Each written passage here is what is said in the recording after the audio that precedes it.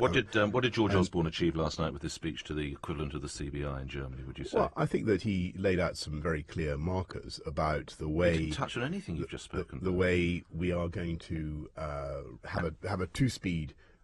How could you ignore insofar as the Eurozone's operations go? Now, obviously, what you can't have is the treaty at the moment says that the European Union has a currency called the euro, right? Well, it doesn't actually. It has a currency called the euro, and it has the Danish kroner, and it has the Hungarian forint, and it has the Polish zloty, and it has all sorts of things.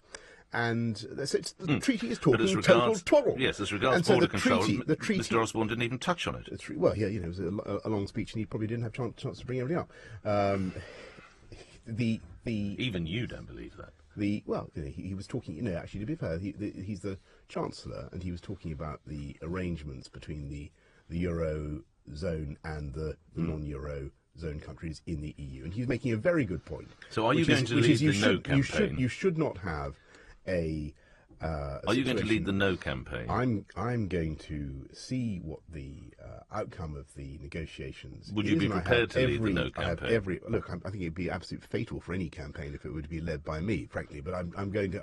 Are you not a leader then? I think there are plenty of people. Are you not a leader? I'm very happy to be a supporter.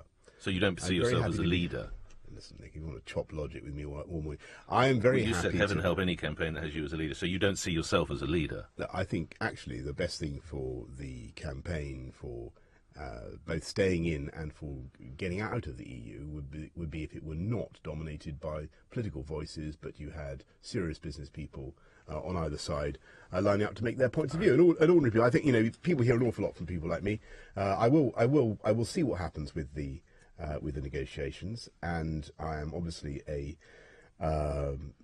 massive supporter of what the Prime Minister is trying to do. But as I've said to you before, I think that the penalties for getting out of the EU now are lower than they've been for a very long time. There is an attractive alternative future. We should be thinking about it. In an ideal world, I would want to stay in a reformed EU. But let's get that reform. And actually, there was in George's speech last night, there was some very good and challenging stuff to the Germans about the need to crack down on regulation from Brussels and give parliaments back more powers and stop the Eurozone dominating what goes on in the EU. And it was an excellent speech.